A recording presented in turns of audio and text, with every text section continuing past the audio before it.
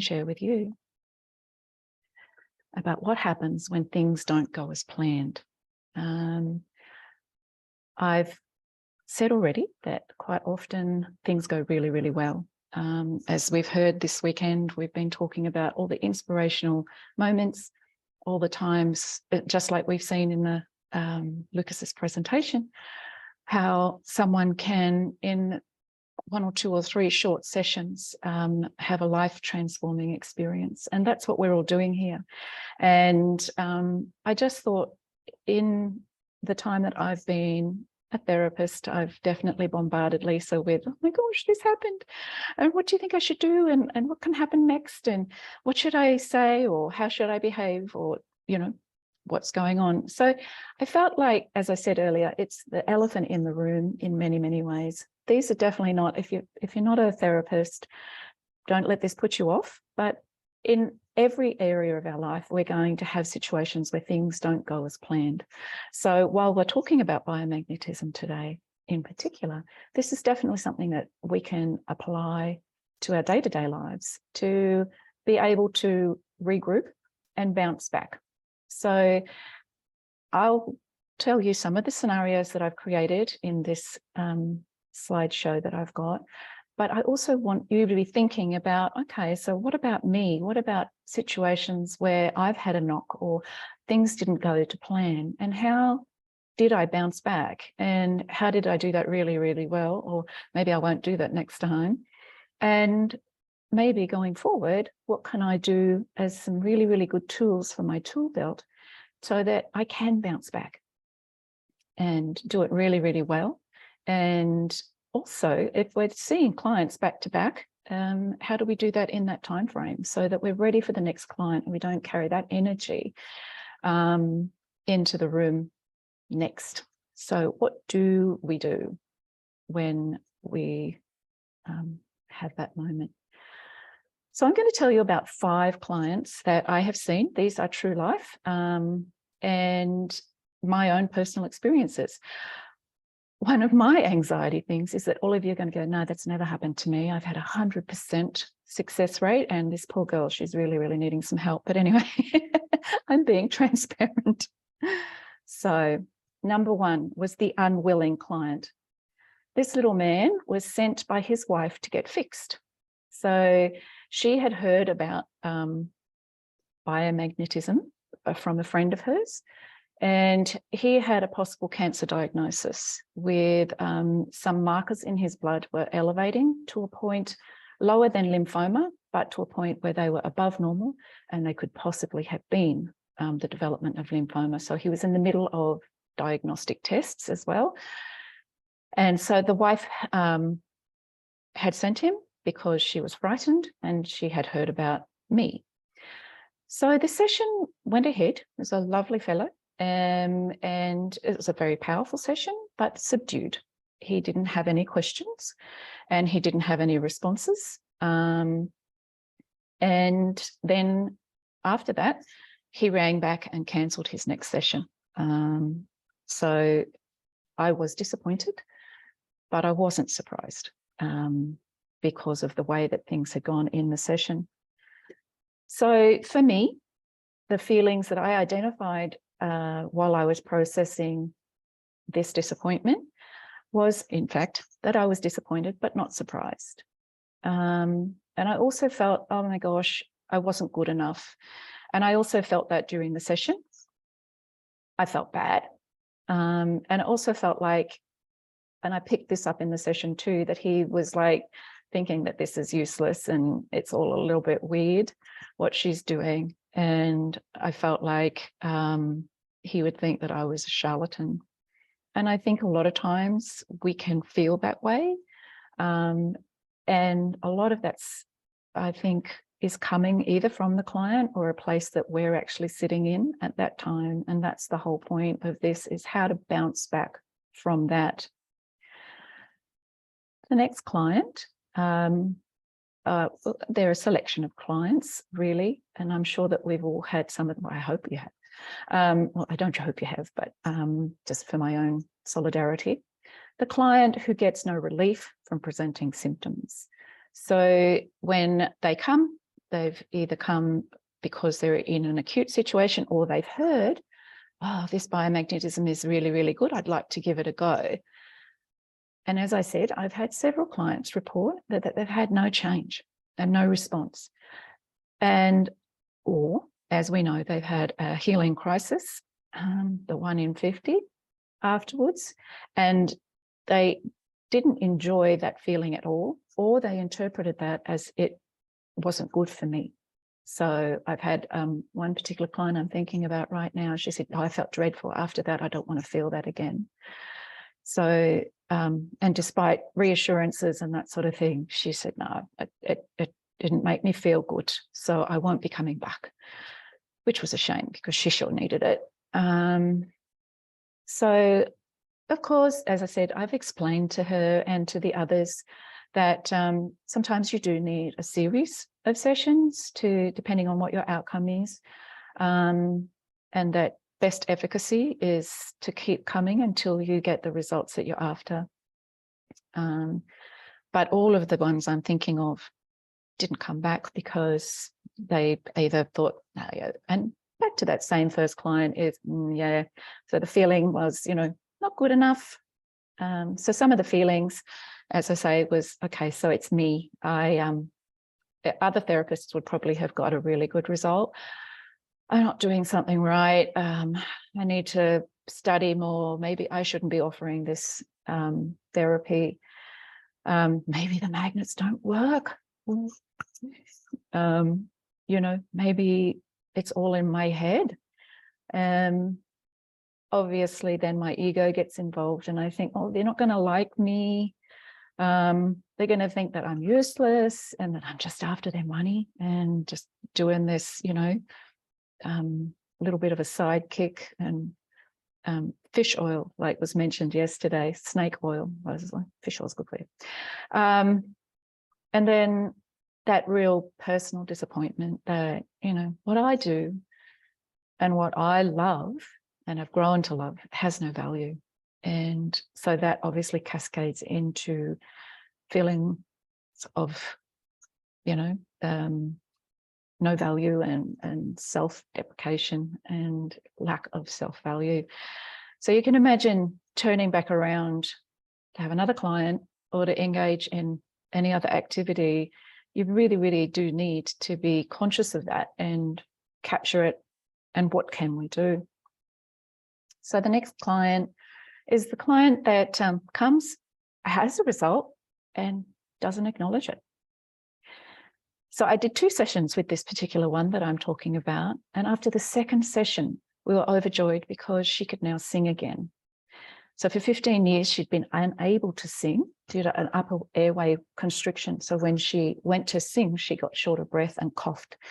And this caused her great sorrow because she was a singer-songwriter previously, not professional, but it was something that she used as a tool to bring stress relief to herself. And she was also in a church community where she was part of that music team.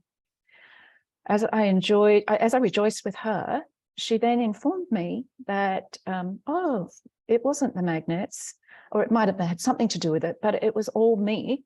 I've been believing for this, for answered prayer. For 15 years, I've been praying that God would heal me. And today that's happened. So she was so excited, as I was. I really, really was excited for her. And as I examined those feelings, I was absolutely thrilled that God had used me as the tool to bring her healing. And I 100% categorically believed that it was her faith that allowed the magnets to work so quickly and so well. And then I realized that I was also having some really big feelings myself. And I felt really hurt that she didn't acknowledge my involvement in that, that maybe it was something good that I did. And then I was really grappling with my, again, my ego and my selfishness at not being able to give her that moment 100%, and that I was carrying some need to be part of that story for her, which I still am not. And just a thank you was what I was wanting. And I felt really, really bad that I just couldn't be happy for her, and that she has gone off into her world and her life, and her story is that God healed me.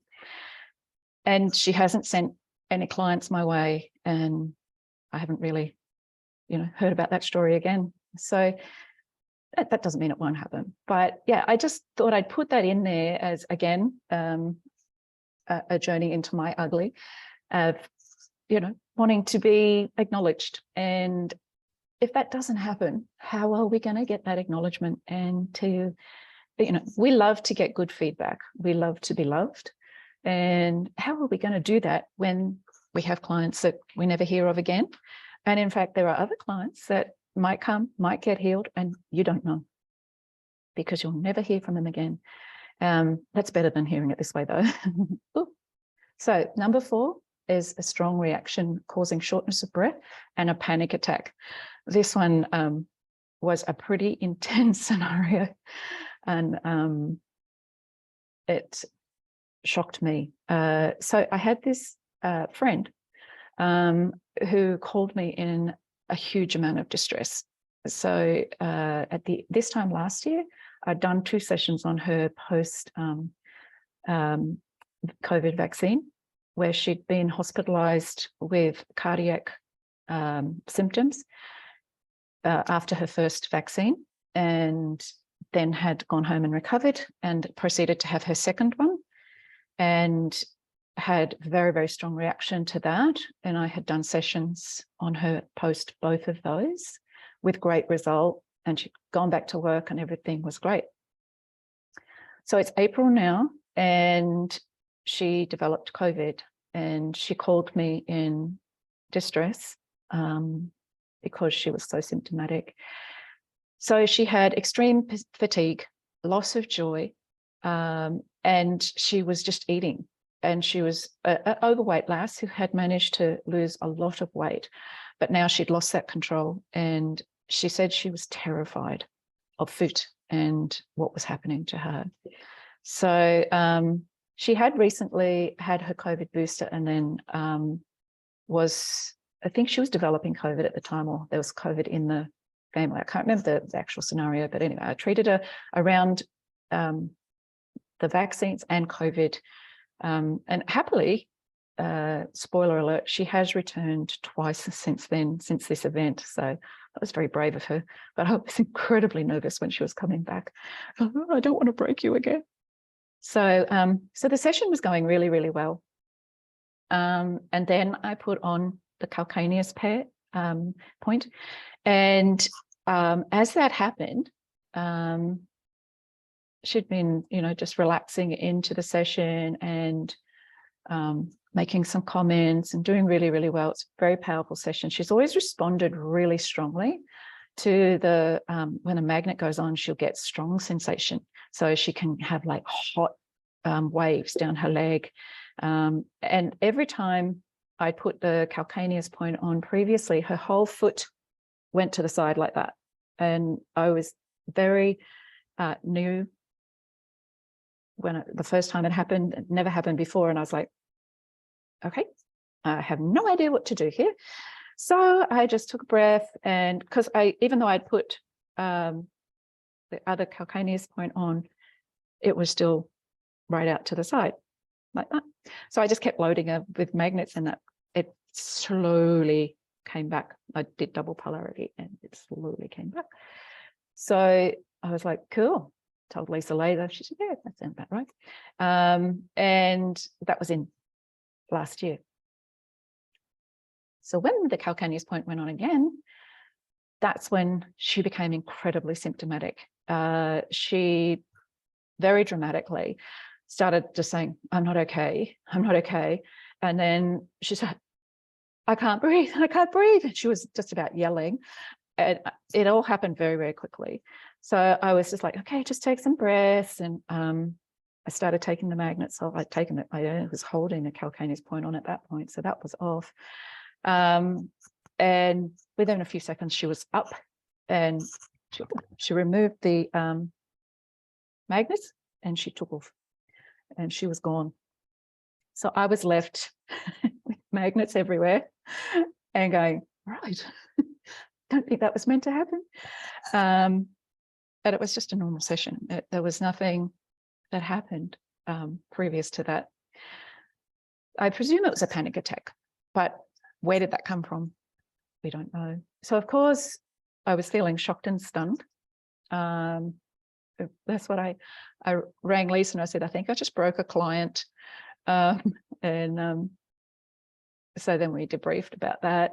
I was frightened and confused, obviously. And as I said, the happy thing is that she came back and she had 2 more sessions with me. She should come back for more, but she doesn't. She gets the result and then she trottles off. So I have no doubt I'll see her again next time she's not feeling well. So, but yeah, that was a really interesting one. So number 5 was the willing client who then finds the session irrelevant, too long and boring, and doesn't keep that to himself. So either verbally or physically or energetically. So particularly early on when I was training and collecting people, willing victims, as I call them, for me to train on, I have had several clients who were seeking and consenting to the session, but during the session, I became acutely aware that they were no longer enjoying the session. And I think that does play into also when you're first learning, it can take hours and there are a lot of points. And even us as therapists, oh my goodness, this is not another point. And you're just like, oh my God, this is taking so long. Anyway, for me, I can definitely feel when the clients have had enough. The energy shifts in the room. And happily, now that I've been doing this for a while now, I get to the point where I'll even think there's not going to be any more points. I have wondered to myself if that's just me, like I'm done, or whether the client's done, whether that's just because there's no more points or just no more points for today. And so I don't know if that's something that you guys have experienced as well. So what happened in this one was, as I said, the energy in the room had changed. And I could also feel myself doubting the magnets and me. And then I began to be wanting to be anywhere but there. So this was with a friend as well, with this particular scenario. And the energy in the room became so low that I ended the session, much to his relief, and quickly left. I felt dreadful and I just cried all the way home. I mean, there was a relationship with his friend as well. So I felt like a fool. So I sad and tearful. I felt valueless and pointless. This also was around the time that I had been stood down from my job. So I also was also feeling pretty vulnerable as well. So that could have played into it. I felt stupid and a laughing stock with such a dear friend who we've known for 20 years. And I felt ashamed. So, and the friendship's intact, just so you know, he's absolutely fine, but we never talk about magnets. So some of the tools for us as practitioners, and hopefully none of you experience any of the things I've experienced. So every good nurse knows that debriefing is the first thing that you do after an arrest, a cardiac arrest. Well, it's not the first thing you do, but definitely you debrief. And so debriefing, and that's what this is all about today, finding someone that you connect with that's available. And our Facebook group could be a perfect tool for that. And just, oh my gosh, something just crazy just happened to me. So comfort in knowing that we've got somewhere to go to, somewhere to gain solace, tips, like what do we do? Like the calcaneus pair, what do you do when that happens? To get encouragement and to grow and to get to knowledge, get some more knowledge of what to do. To document very, very clearly in the patient's notes, just the clinical notes, not, you know, journaling would be great to put down your big feelings and to say how you feel. And also it's a tool when you do journal to be able to go back and look at those and maybe add to that, and again, contribute to people as they're growing and learning, but definitely document clearly what was happening at what point, that like impact point. You got that reaction, and make a plan for if the client comes back, and what you will do going forward.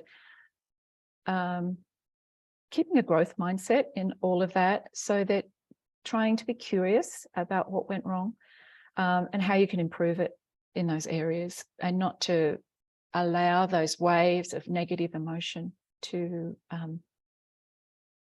solidify you in that area, so that fear and worry and anxiety becomes part of your mantra, rather than, oh, that was really interesting, I wonder what I could do to grow through that.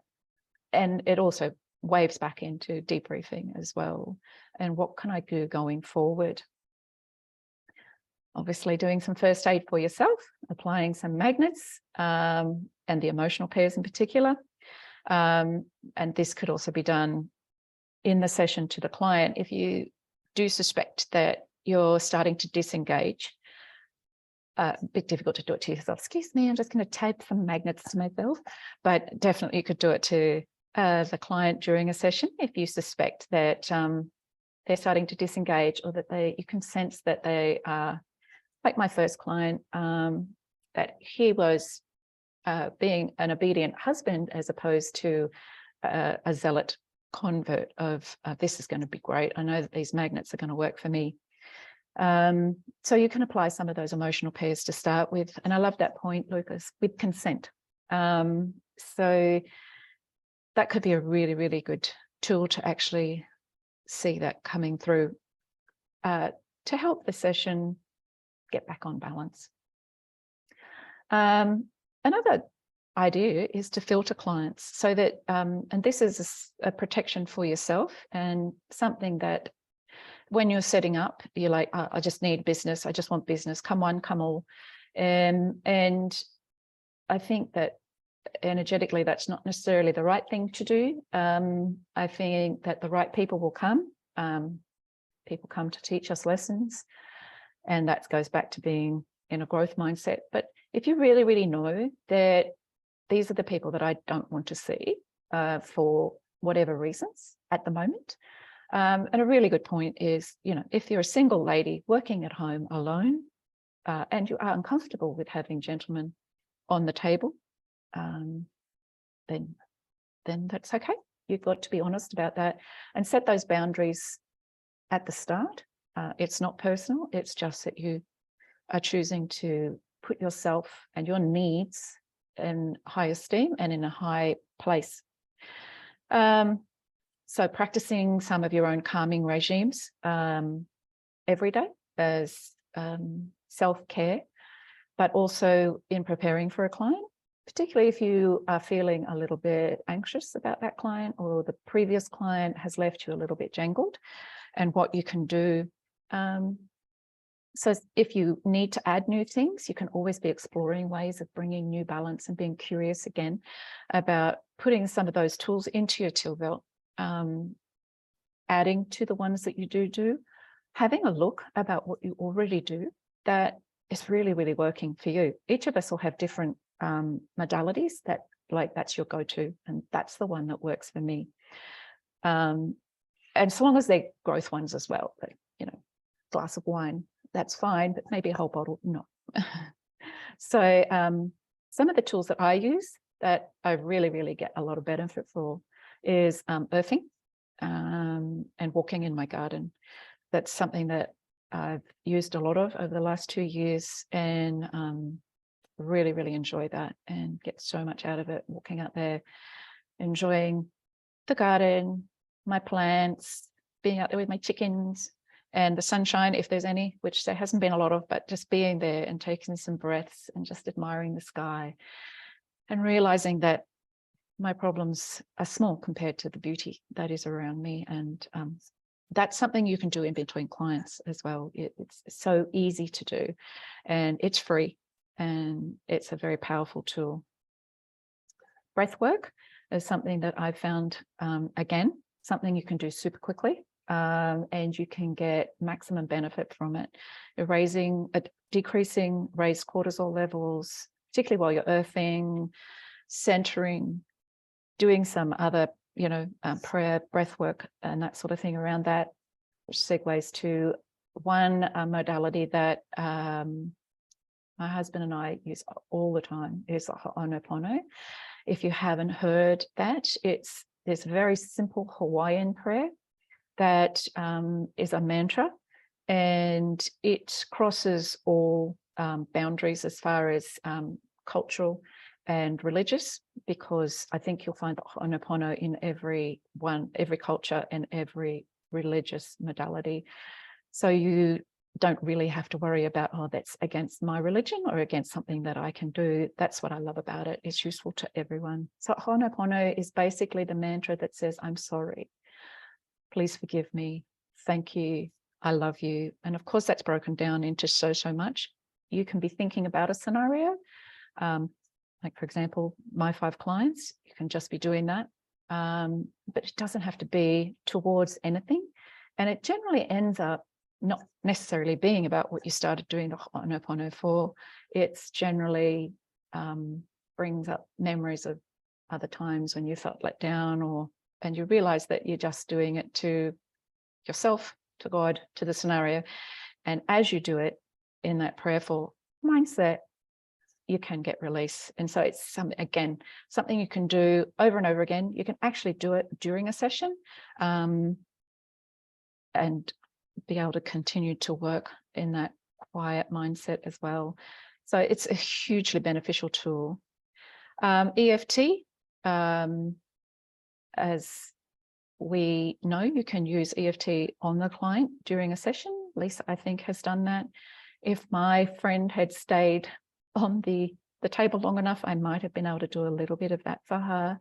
And using EFT yourself, again, you can do a session with a practitioner, or you can jump onto YouTube, you can download the app, the tapping app, or other apps that you've got. Once you've learned those skills, you can do a couple of rounds after the client's left, while you're doing the Ho'onopono, while you're breathing, or while you're earthing. And these are all really easily accessible tools that I've put into my tool belt. And something I also love to do a few times a week is just to hop into a magnesium bath and use all those other tools as well. And so that's partly my self-care regime. Everybody's got their own. And I really want to know what sort of experiences you've had, what tools that you've used, and particularly people that have had some experience with unfortunate events. And yeah, just to hear from you guys. I have seen, is the chat site got some questions?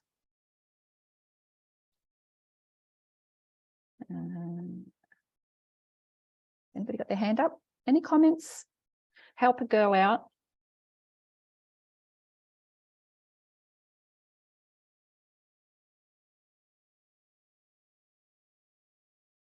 Going back up. How far up? I was going to say, I think because I work from home and I'm single, like I don't have. I've got an example. Well, my daughter, Rachel. Sorry? Oh, I've got a story. Oh, Tanya's talking. Yeah. Sorry. That's all right. Sorry. I was going to say it is hard because I live at home and my daughter, I mean, there's no one home unless she comes home from work. So I often think, oh, and I have treated males at home, but I haven't treated that many people. But yeah, I always think, what are we allowed to sort of say, no, I don't treat men, I'm only allowed to treat women, or is that wrong? I mean, then we're sort of closing ourselves off to other clients. No, I personally, I can see some nods. I personally think that that's a sign of really good self-care and boundaries. And I think if that's something, and I think it's really valuable that you acknowledge that, and there'll be other things as well that could cross, uncomfortable cultural norms. But if that's your reality, then that's your reality.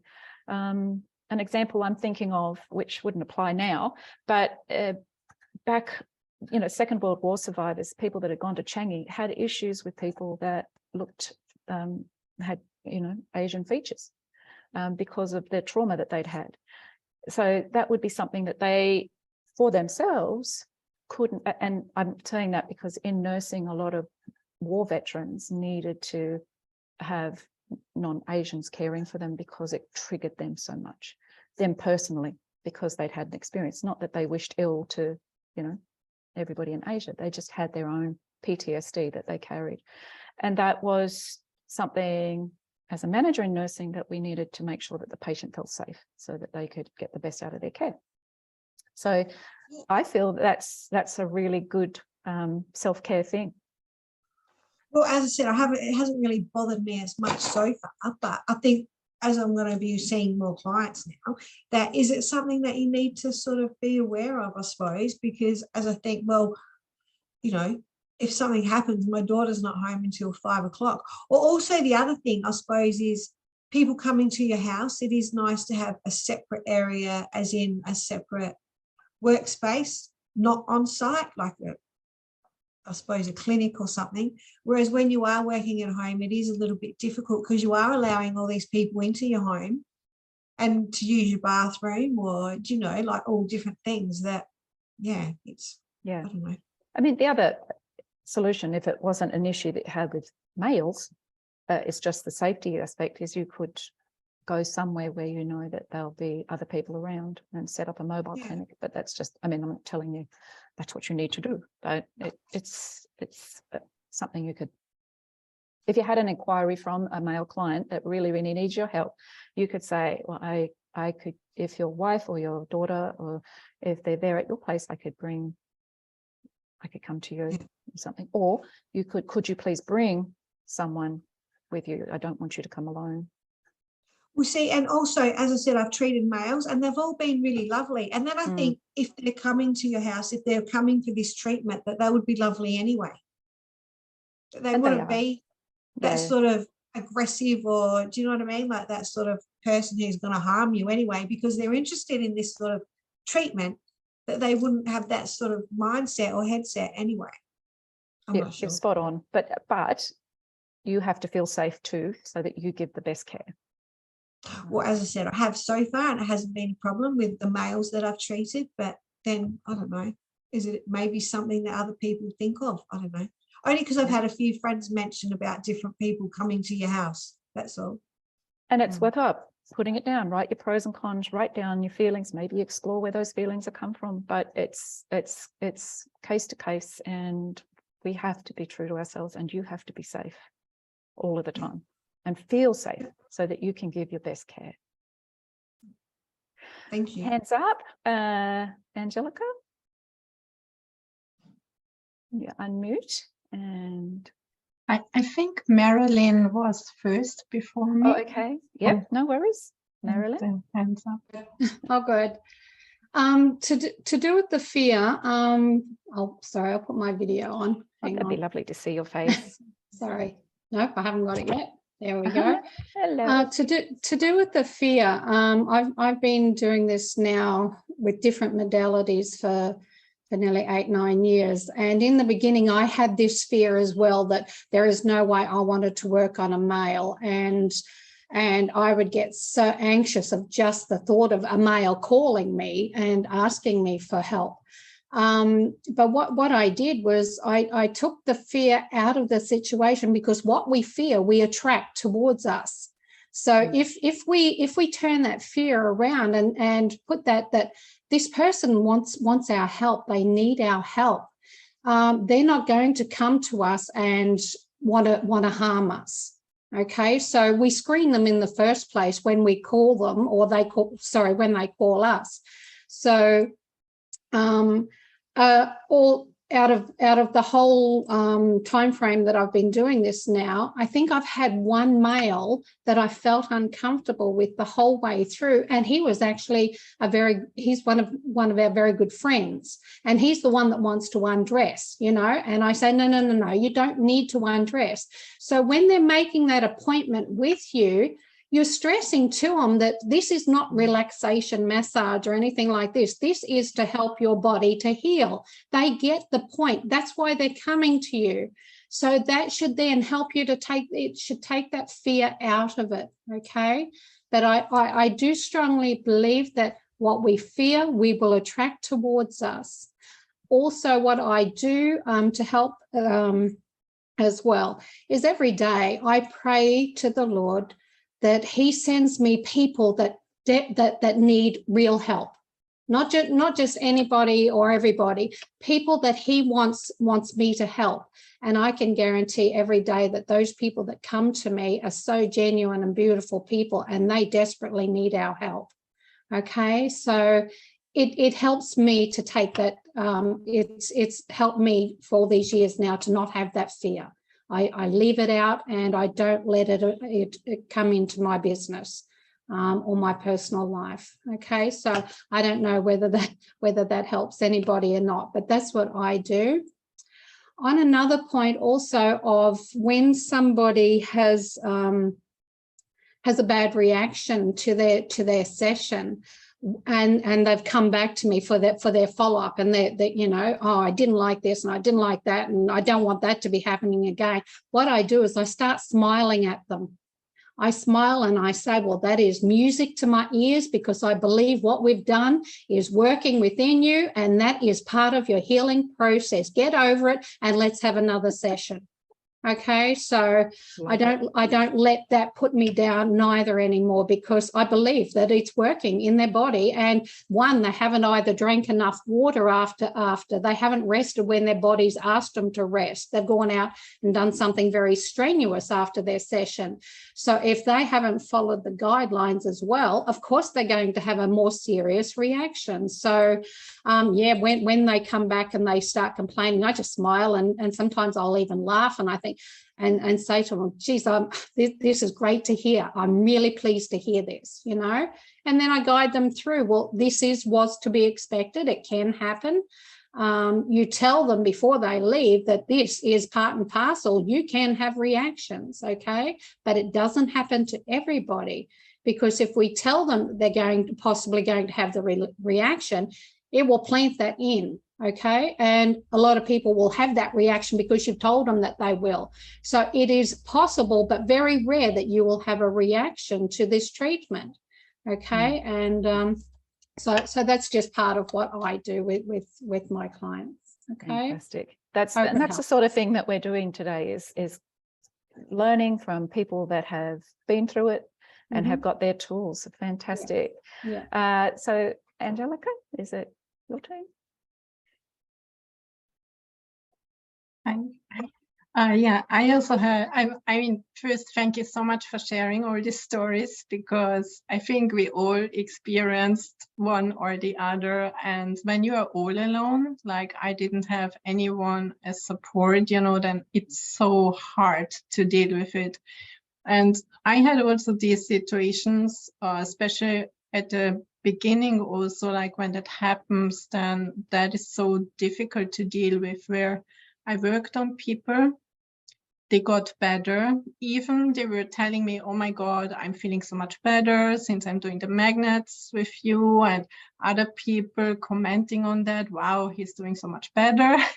And then at one point, I mean, I had it with one client. At one point he said, oh yeah, no, I think I will stop now with the max. I don't think that it did anything for me, and I started something else, and it seems that really works. And you're like, even that they forgot that they were, you know, really experiencing an improvement, and then they tell you something like that into your face. And also that was, especially with people I treated for free, I have to say that too, which is also an interesting phenomenon that's happened. And I think it's so important what we can do, or what I encourage everyone to do. Like, whenever you have a success with a person or a good experience, or, you know, like where you saw, wow, you did a session and a person had immediately like a really positive result, write it down for yourself. Make a list where you say, I helped with this. I did this. This person felt so much better after the session. Do that with everyone, because when you go down into a dark hole, you know, with your confidence because of a bad experience, and there is nobody around you with whom you can talk about it or who will lift you up again, then you can go back to this sheet and just read it and see how much impact you made already on people, so that your confidence comes back again. And sometimes, unfortunately, these things happen. And another thing also about with whom we work, I'm totally against it that we have to work with everyone. I mean, that we force ourselves into this mindset. We have to be there for everyone. We have to heal everyone who comes. Because, I mean, now we also are more therapists, more practitioners. So if we really feel uncomfortable with someone, we can refer that person to another person, do remote sessions or so. But I had one experience which also showed the thing is, if you agree to work on someone with whom you feel totally uncomfortable, also the session will not go right, because you're already so close, you know, you're close to the energy of the person and actually trying to protect yourself. And then it just does not work. So it's also, you know, I would not go forward with something like that, and then to not be rude to the person, you know, or say, oh, I don't want to work with you. Then you can say something. I mean, I did that. So I had the one experience, which was just the energy was not right, and the person obviously didn't have a good hygiene, so I got this, you know, smell around. So that was just really hard. And then anyway, nothing worked. But then I had another person coming in, and I immediately felt it's just a no. But then what do you do? So what I did was I put the person on the table, and then I said, you know, I'm so sorry, but somehow I don't get any reading from your body. And it can happen sometimes. I mean, I just did that, you know, to say, you know, sometimes it just happens that and if I can't read your body, then I will not treat you well. And of course, I don't charge anything also, and maybe refer the person to someone else. Maybe there are better ways to wiggle out of that, but that was my way. So. Absolutely. I think the thing that's really important to know is that a lot of people are coming because they're not well, and they're frightened. Maybe they are coming as a last hope. And so when we're not well, we're in pain, we're frightened, and also the anxiety of meeting a new person. What is this therapy? So their anxiety is elevated.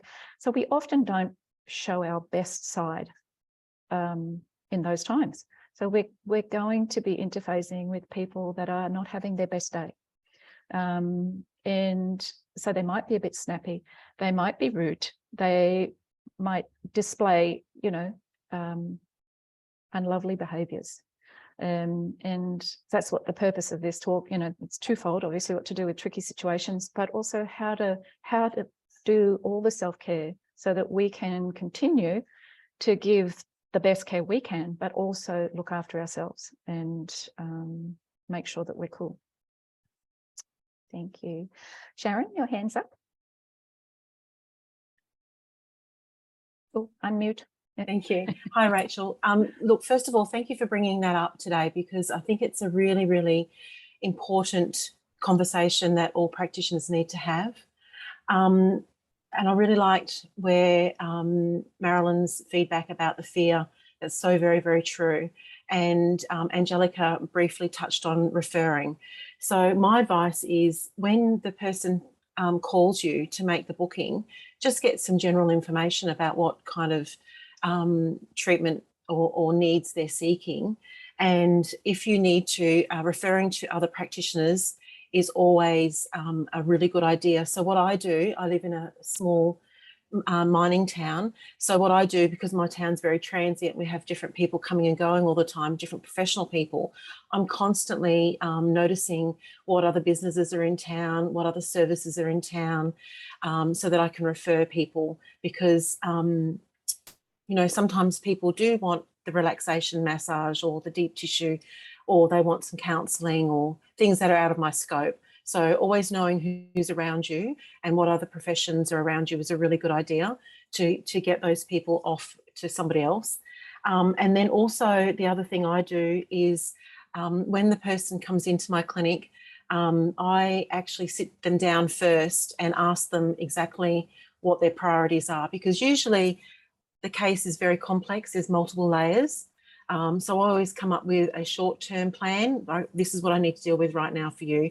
I think your sleep pattern needs to be addressed initially right now, because this is what's causing A, B, C. And then I come up with a medium-term plan, and then we're going to work on this, and then the long-term plan. But the ultimate goal is to follow through with this, because usually it's not the person that comes to see you has multiple things going on. Like we saw in Lucas's presentation this morning with the case studies that the various presenters showed us, there was multiple conditions. And so some of those are going to take a lot longer. The other thing I also do with my patients is I explain to them that sometimes things take a while, depending on how long they've been in that condition. So as a general rule, I usually say to them, especially when it comes to females with repro issues, I will say to them openly, it could take me a few cycles to get your menses balanced again and corrected, or whatever that is for them, the PCOS or whatever that is. So I always let them know that this is not a quick fix. Hopefully it will be, but sometimes it can take time. So thanks again, Rachel, for bringing that up, because it's really important to have these conversations about the negative side of our work, and we all have those experiences. I think the most important thing though is once you start to get more experience, to trust yourself. And to those that are doing free consults, stop. Stop. You're worth more than that. Yeah. Okay, any other questions? We've got some comments and questions in the chat site, so we can go through those. We've got 5 minutes, so I'll try and keep an eye out for hands up, but otherwise, the first comment I can see is from Chloe. Is there anything you can do mid-session if you start to feel overwhelmed? So I think a lot of that could segue back to the energy that's coming from the client, but also from yourself. I know that I found when I first started, and the sessions can take 3 hours, just fatigue can set in, you know, and you suddenly, as I said, you know, you're thinking, well, is this ever going to end? You know, like not another point. And you're exhausted, and then that self-doubt comes in and what to do. The nice thing is, and I have done this myself, and I have definitely felt overwhelmed at times and just gone, oh, I don't know, this is going well, and, you know, I'm not feeling it anymore. That energy in the room can change.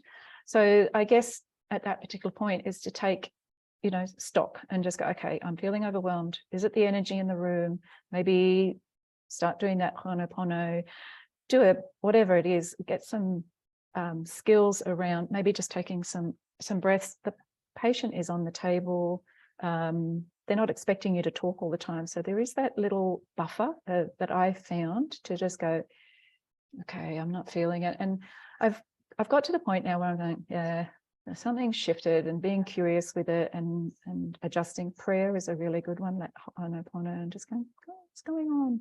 And it might be coming from the client, but it could be coming from you as well. That doubt that I'm not good enough, I'm not worthy enough.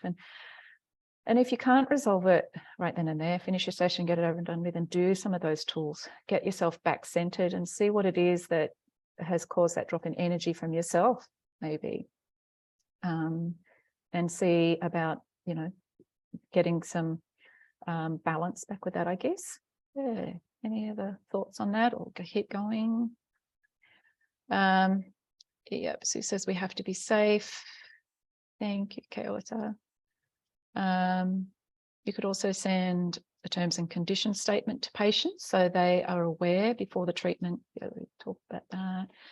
Thank you for the session. Oh, Keota's left. Self-coaching, yeah, or even getting yourself a life coach, so that you, if you identify that this is something that's tripping you or triggering you, it might be time to go beyond the self-help techniques and maybe just book in, get yourself a life coach that can explore, tease that sort of stuff out with you as well. And that's very, very much part of being self-employed and working in the energy business, where we're giving so much of ourselves. And as I said, a lot of our clients are coming to us and they just want us to take all of their problems away. And they might be sharing with us stuff that's incredibly personal, incredibly traumatic, and it might trigger us as well. We might have also had the similar experience, and now we're also having our own big feelings while trying to be professional. So again, using all those tools that I've spoken about, self-help tools, you can also move them across into professional support for yourself, not because, you know, you're weak, but because you're strong. And you're actually saying, you know what, there's a weakness in me, and I need to, and I'm grateful, what Marilyn was saying, I'm grateful that that's happening to me for a reason. And I'm the lucky one because I'm being shown that I need to work on this in me. And that's a very big part of the Ho'oponopono as well. And so pause and place cervical plexus on yourself. This is you, Lisa. Okay. Oh, I guess because I can see Lisa, she's right next to me. Because the client's lying down, you can just do that very easily. Awesome, brilliant idea. And I remember actually you telling me that when I had my first ever client coming, and I was like, she said, just put the magnets on you before. So really good in winter, but not so good in our tropics where you're often quite exposed around there. But yeah, you could put a scarf on and wear your cervical plexus while you do that. But generally, if your client's resting, or you could put the eye point on the client and then they don't see you. That's a good idea. Give them an extra eye boost. Also make sure you are hydrated while you are doing the session. Again, doing some tapping if you identify, just taking that moment, do a spiritual cleanse of your room. Make sure that you can do some tapping before they come if you're not feeling, you know, we've all got personal lives, children, stuff going on. So, you know, even if you've just driven home from the grocery store to meet your client and someone's cut you off and given you a toot, you know, that can make you feel bad. Yep, doubt points in the back of the hand. Yeah, come into the body, do 3 squats or clap your hands 3 times to shift your energy. I'm just going to clap now. They're going to think they're in some spiritual healing. And a ding of the bell. All righty. Well, that's it. No other comments. Thank you so much for allowing me to be vulnerable for a bit. And I would like to say that I have so many more powerful sessions and some wonderful outcomes, and I'm looking forward to so many more. But as I said, just talking about the elephant in the room is great, especially when you're growing. Most of us have come here because we needed something other than allopathic medicine. We had problems that we wanted to seek healing from. So none of us were broken, but we all had areas in our lives that we feared we were. So healing those so that we can pass it on to our fellow man, it behoves us. Alrighty, thank you everyone. Now